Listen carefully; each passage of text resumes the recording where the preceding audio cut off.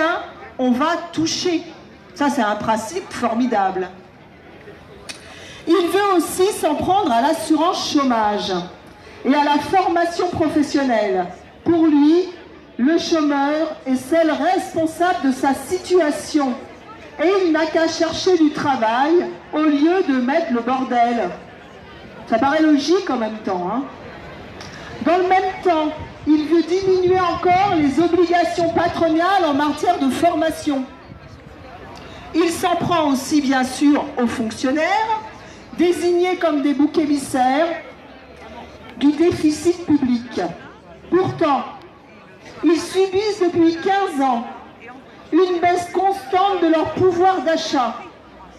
Macron veut réduire leur nombre de 120 000. Mais lesquels ont choisi? Et qui fera leur travail?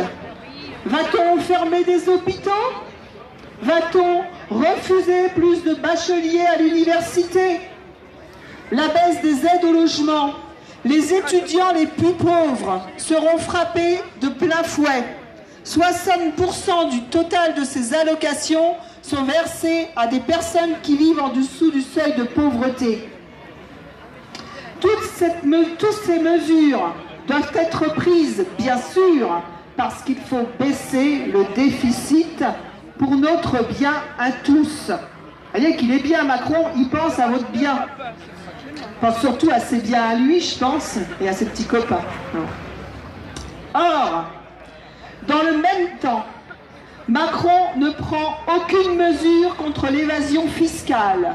Au contraire, il annonce une baisse de l'impôt sur la fortune et sur les valeurs mobilières. Des économistes reconnus calculent que ces réformes vont surtout bénéficier aux 1% les plus riches. Il veut consolider, en le transformant, le fameux crédit impôt compétitivité emploi, le CICE, qui a déjà coûté beaucoup d'argent et qui va encore en coûter plus pour soi-disant créer de l'emploi. Alors que le patron du MEDEF, le fameux Gattaz, que vous connaissez bien, lui-même est incapable de dire combien d'emplois ce dispositif a déjà créé. Par contre, on le sait, à 80%, il a été dans la poche des actionnaires. Allons-nous laisser un libéralisme autoritaire s'installer au bénéfice des plus riches et au détriment des plus pauvres? Est-ce vraiment le choix exprimé par les Français?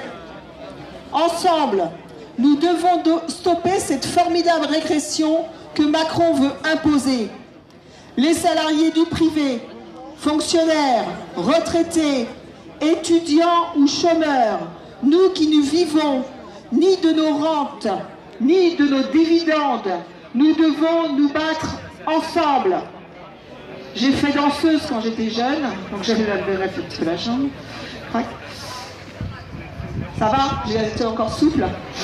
C'est le seul moyen, se mobiliser tous ensemble, pas être divisés. C'est le seul moyen d'arrêter le rouleau compresseur qui s'apprête à écraser nos droits en profit des plus riches. Fin novembre, le Parlement devra ratifier les ordonnances sur le droit du travail. Nous devons exiger des parlementaires qu'ils refusent cette ratification. Malgré son élection récente, Macron a dégringolé dans les sondages lorsque la réalité de sa politique s'est imposée aux yeux de tous. Le front des opposants à sa politique s'élargit de jour en jour. Les manifestations organisées depuis la rentrée contre sa politique ont rencontré un large succès. Aujourd'hui, nous sommes là. Nous avons décidé que cette journée, ce serait peut-être pas la plus forte en mobilisation, mais un point d'appui pour continuer et surtout un appel fort pour dire à nos camarades des autres organisations syndicales qui vont nous rencontrer au niveau national qu'il faut faire la lutte ensemble au mois de novembre. On espère que ce rendez-vous sera unitaire le plus large possible et on fera en sorte d'être encore plus nombreux qu'on l'a été le 12, le 21 et le 10 octobre au mois de novembre tous ensemble. Si on s'y met, on va y arriver, hein? Donc on leur a construit un magnifique mur de la résistance avec nos codes du travail. Oh, ils sont périmés, mais on les aime bien quand même. Un muret. Bon, voilà, il a le mérite d'exister, notre mur de la résistance. Quelques rappels. Demain, midi et demi, au CHU, un rassemblement. Parce que le directeur de l'hôpital s'obstine à vouloir faire payer les usagers et les familles qui viennent visiter les malades. Ça sera le tarif, pour vous dire, ce sera le tarif de la ville de Poitiers. Voilà, donc quand vous irez visiter quelqu'un, vous serez obligé de payer alors que vous avez déjà payé. L'hôpital public, c'est notre bien commun. On l'a payé avec nos deniers, la sécurité sociale, les impôts, tout ça. C'est à nous. C'est lui qui chez nous, c'est pas nous qui sommes chez lui. Donc on va lui dire gentiment demain, si vous venez, on sera plus nombreux pour lui dire. Voilà. Et puis, on a des tracts aussi, d'ailleurs, sur les deux tables, pour appeler le 17 novembre à soutenir nos 9 camarades qui vont passer devant la justice suite à la manifestation où nous avions envahi les voies et que la SNCF a porté plainte. D'ailleurs, je crois que c'est le procureur qui continue à les pourchasser. Donc voilà, on compte sur vous le 17 novembre dès 9h. Il va falloir qu'on les soutienne pour demander leur relax. Alors, on ne sera pas trop pour ça. Je pense que c'est important parce qu'aujourd'hui, c'est eux, mais demain, ça peut être n'importe quel d'entre nous. Voilà mes camarades, bonne fin de manif, et puis à bientôt dans la lutte.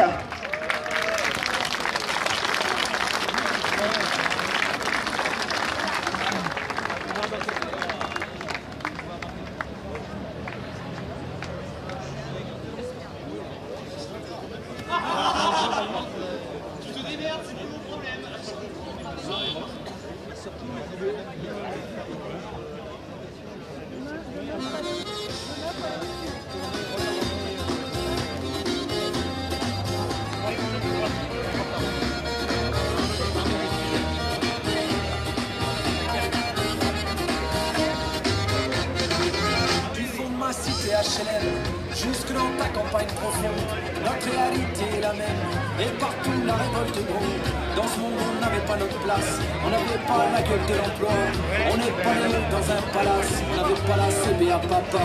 SDF, chômeurs ouvriers, paysans immigrés sans papier, ils ont voulu nous diviser, faut dire qu'ils y sont arrivés.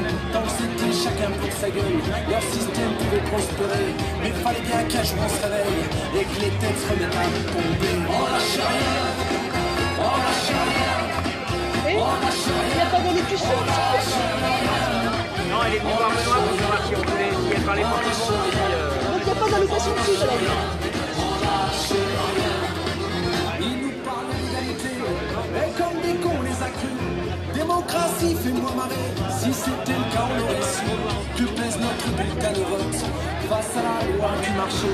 C'est con mes chers compatriotes, on s'est bien fait baiser. Et que pèsent les droits de l'homme face à la vente des Airbus. Au fond y a qu'une seule règle ensemble.